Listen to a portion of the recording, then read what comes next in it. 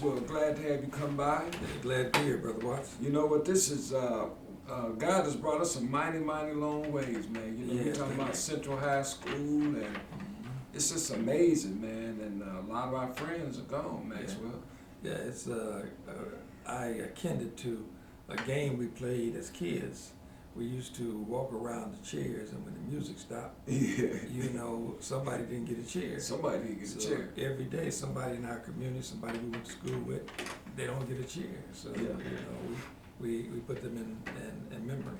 Yeah, you know, I was thinking when we was, you know, I said we're gonna interview you today, and just thinking about, you know, a lot of stuff, man. You know, you talk about a raggedy building on a hospital, abandoned on Linwood Prospect. You think about Powell Ghetto Gold Mine, the choice is yours, the Byron Hotel, and Mooney's, and all that activity. Nick's right there on the corners, Dave Carr. Right, So right. it's amazing, man. But you know, it's been steps, and I think it's better than it was. Well, what's happening now is that we've seen how we've lost so much on the Prospect Corridor. So we formed an organization about 4 years ago, to deal when I went back and acquired the Linwood Shopping Center and wanted to do the rehab on it. I thought that there's no way to redevelop this community with just one single structure. Consequently, we put together an organization. 10 of us got started with a thing called the Prospect Business Association.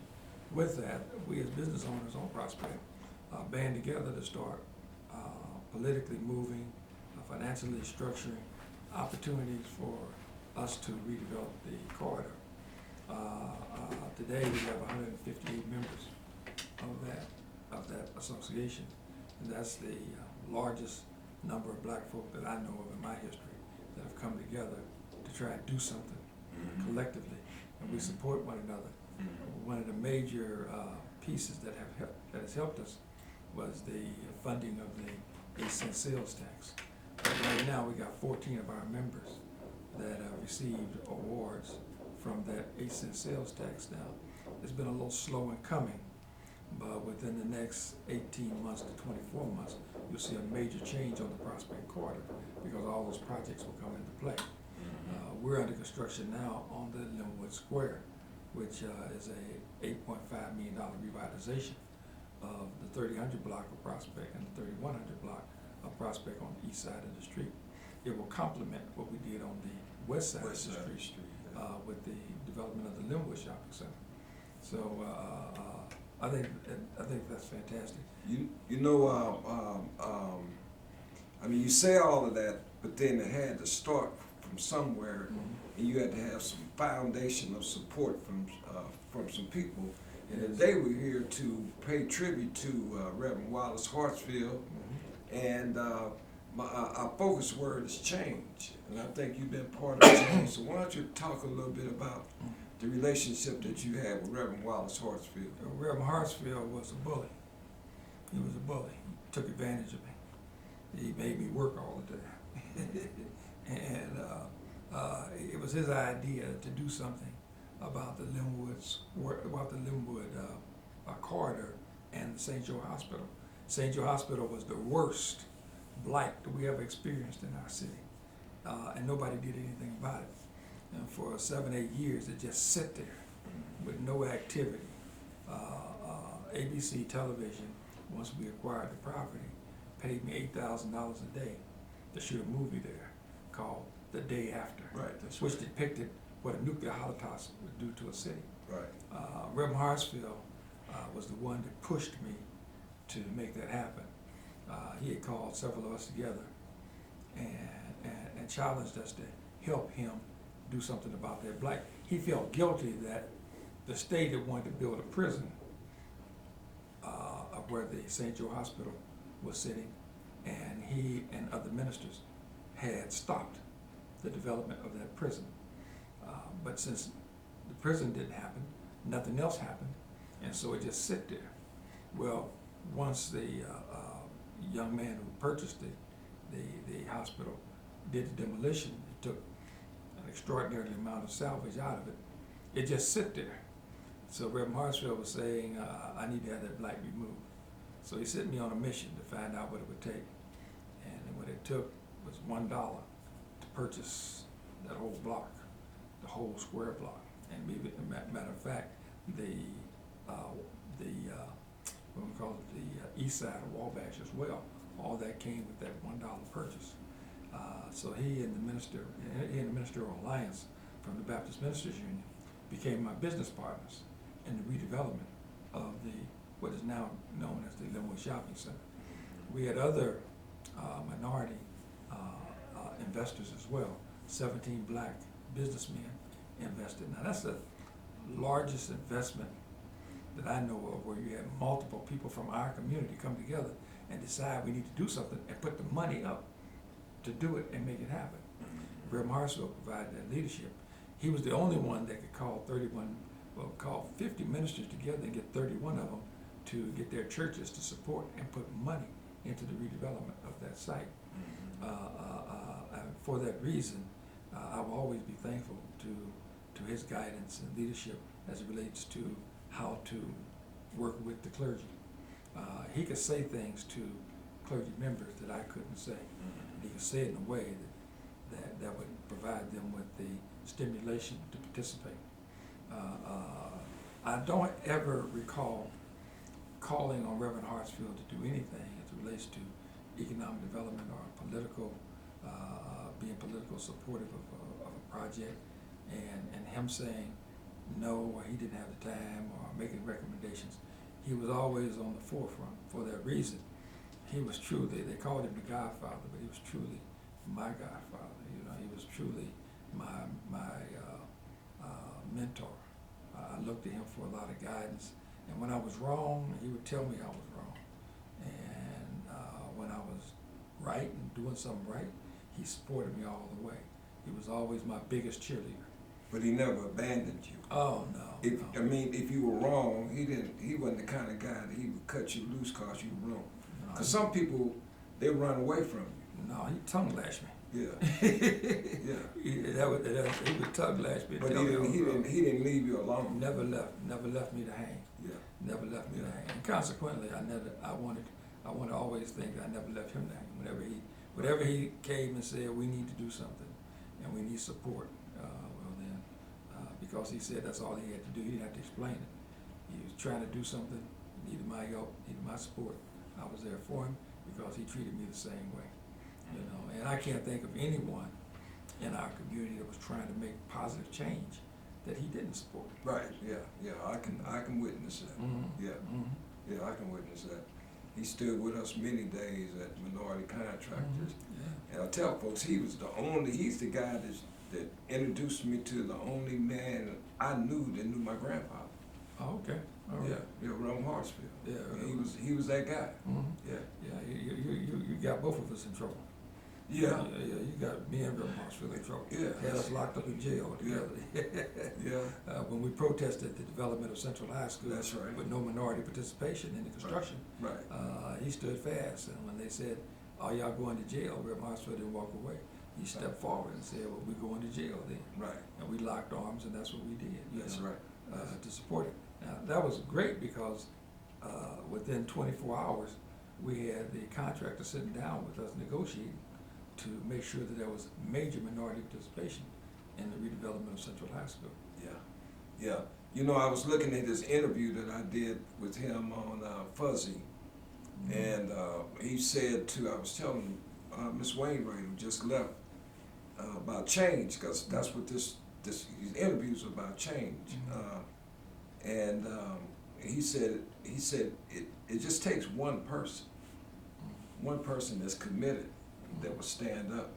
You know, you can make some changes. Yeah, you know, what happens is that so often we get mad and frustrated in our community because we don't see change. You don't see it, yeah. You have to take the step and stand for something and demand change. And you may not get no other support. Right. But if you feel most of the time you feel strong about an issue, you have to take the stand.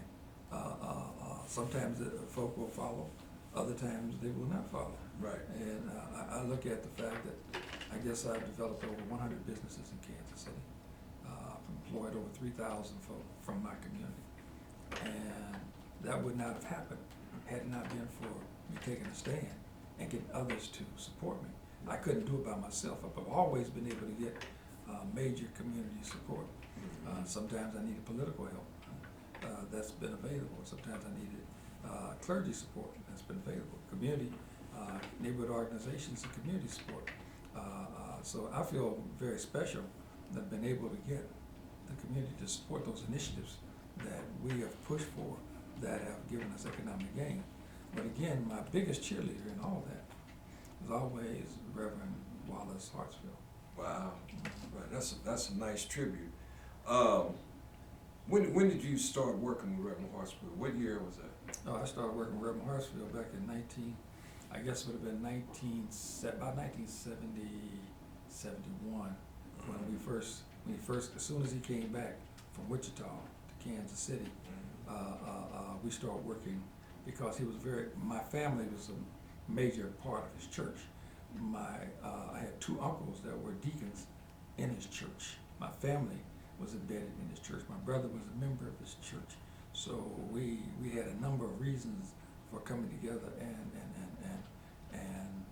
participating in various activities.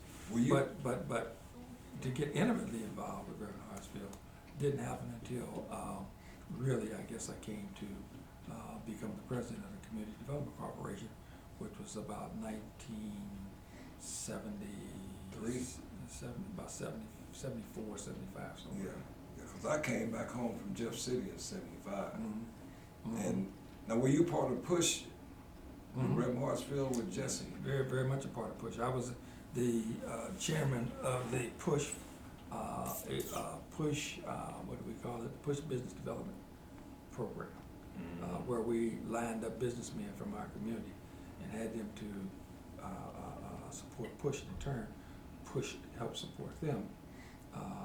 It was in line with the drive to get Coca-Cola to be more sensitive to our community. Right. And after Coca-Cola was sensitive to our community, locally, Reverend Hartsfield, Reverend A.L. Johnson decided we needed to get Pepsi-Cola to do the same thing, to be just as sensitive to our community and start working with minority merchants.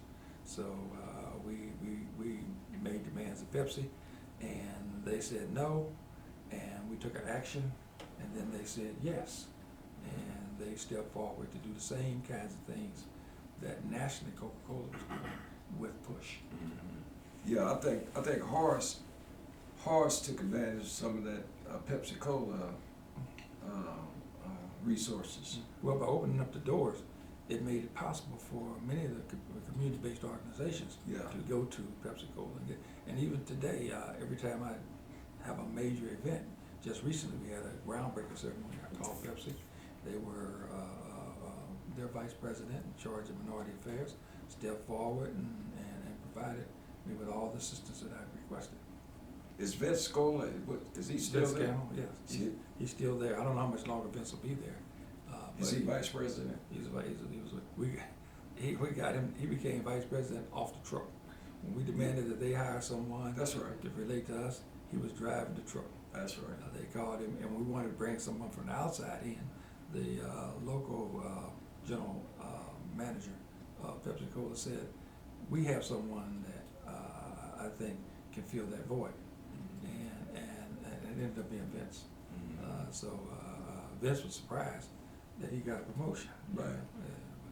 But they legitimately tried to make an effort to work with our community.